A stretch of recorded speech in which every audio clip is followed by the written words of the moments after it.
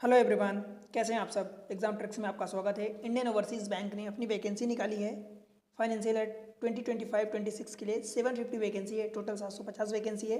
Indian overseas bank जो एक public sector bank है, हेडक्वार्टर इसका चेन्नई में है। इसने अपनी वैकेंसी निकाली है। देखो वैकेंसी जो है 1 साल की अप्रेंटाइसशिप के लिए है। अप्रेंटाइसशिप 1 साल की होने वाली है, जिसमें से आपको स्टेपनेट मिलेगा। वो मैं आगे डिस्कस करूँगा, बताऊँगा। पहले तो कुछ आपको इंपॉर्टेंट डेट बता देता हूँ कि ऑनलाइन रजिस्ट्रेशन जो है आज से चालू हो चुका है। आज से ही आप भर सकते हो, फॉर्म भर सकते हो। और ध्यान रहे, आज 10 अगस्त है। 10 अगस्त 2025 से फॉर्म भर सकते हो और 20 अगस्त 2025 तक आप फॉर्म भर सकते हो। राइट, लास्ट डेट का याद रखना 20 अगस्त है। और एग्जामिनेशन की बात करूँ तो एग्जाम इसका 20 अगस्त के जस्ट 4 दिन बाद 24 अगस्त को आपका एग्जाम रखा गया है। राइट, पेमेंट फ़ी आप आज से और 20 अगस्त मतलब स्टार्टिंग से लास्ट डेट के बीच में कभी भी पेमेंट आप कर सकते हैं। जो रजिस्ट्रेशन चार्जेस लगेगा आपका फॉर्म भरने का, कहीं भी कर सकते हैं, इस बीच में ऑनलाइन कर सकते हैं। राइट, स्टेट वाइज वैकेंसी निकली है तो स्टेट वाइज ये आपको state and UT wise vacancy corresponding दी है। आप इसको देख सकते हैं अपने अपने स्टेट, जिस स्टेट से आप अप्लाई कर चाहते हैं।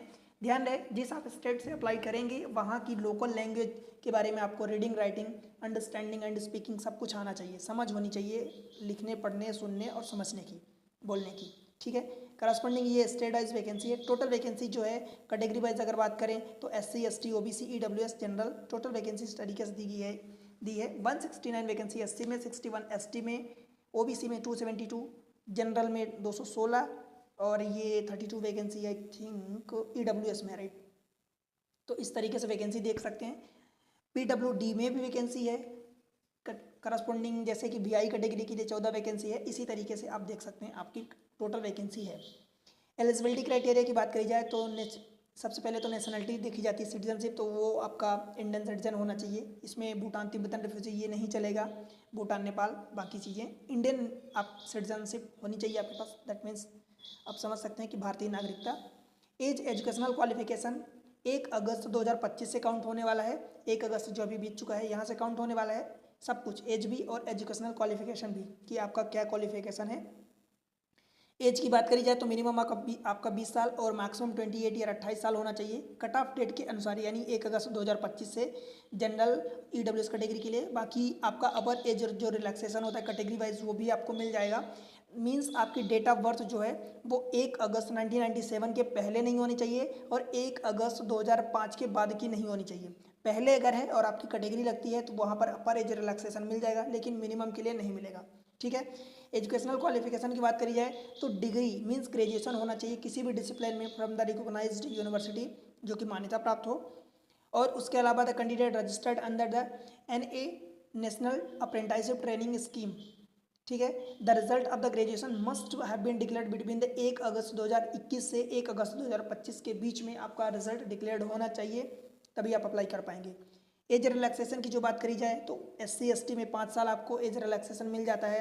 उसके अलावा OBC में अगर आप नॉन क्रीमी लेयर में हैं तो 3 साल का, PWD कैंडिडेट हैं 10 साल का, और विडो, डिवोर्स, वोमेन अथवा women legally separated from their husband ये हैं तो 35 year up to total age. ठीक है, देन बात करी जाए तो reservation for the person with disability में बता दिया हूँ कि उनके लिए भी सीट रखी गई है, तो उनको भी सीट रिजर्वेशन दिया गया है। कैटेगरी वाइज क्रमशः जो VI होते हैं, HI होते हैं, ID होते हैं, मतलब तो उन सब की कैटेगरी में है करस्पॉन्डिंग रिजर्वेशन। फिर आपका जो कास्ट सर्टिफिकेट लगेगा, चाहे आप OBC NCL में आते हैं या SC ST में आते हैं, PWD में आते हैं, जहाँ भी आते हैं, कंपिटेंट अथॉरिटी से आपका SC ST OBC economically weaker section EWS के लिए भी बिकॉज पोस्ट रखी गई है, तो सबके लिए आपको कास्ट सर्टिफिकेट बनवाना होगा।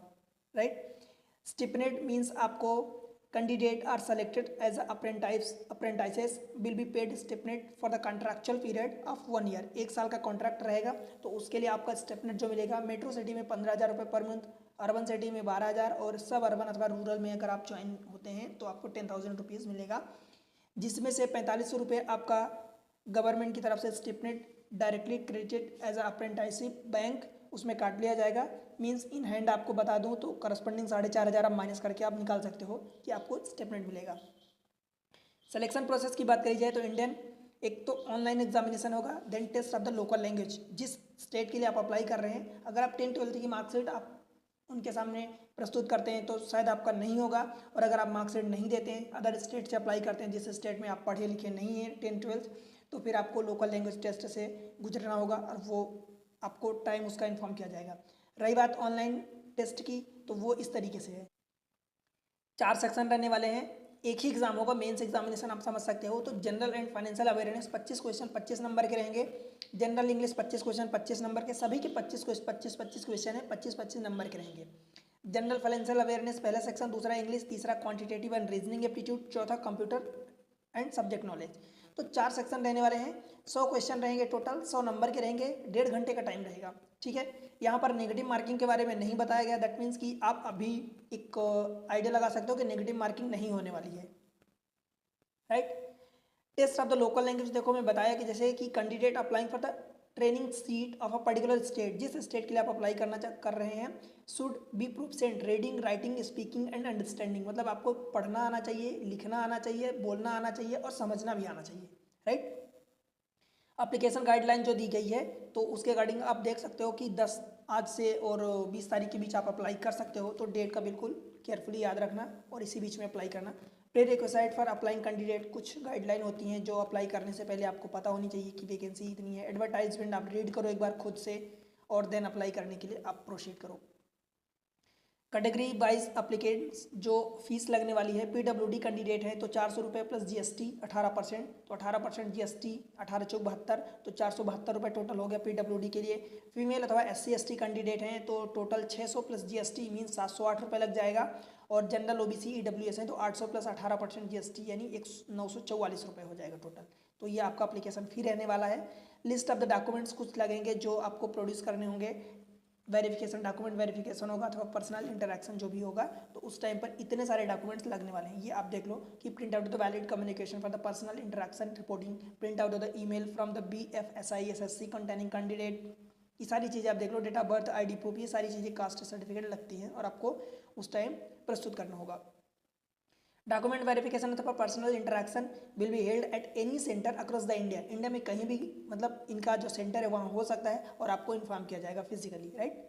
फिजिकली मीन्स कि फिजिकली आपको वहाँ प्रेजेंट होना होगा, फिजिकली नहीं इन्फॉर्म किया जाएगा, आपको मेल आईडी अथवा मैसेज के थ्रू इन्फॉर्म किया जाएगा अथवा उनकी वेबसाइट पर, राइट। इतनी सारी चीज़ें हैं। जनरल एलिजिबिलिटी जो है तो मेडिकल फिटनेस आपका होना चाहिए, करेक्टर एंड कास्ट, आप जिस कास्ट से बिलोंग करते हैं उसका सर्टिफिकेट होना चाहिए, verification of the selected candidate उन सब का लिया जाएगा, राइट। तो इतनी बेसिक इन्फॉर्मेशन थी, बस आप फॉर्म भरना चालू करो, लास्ट डेट का बिल्कुल भी इंतजार मत करना।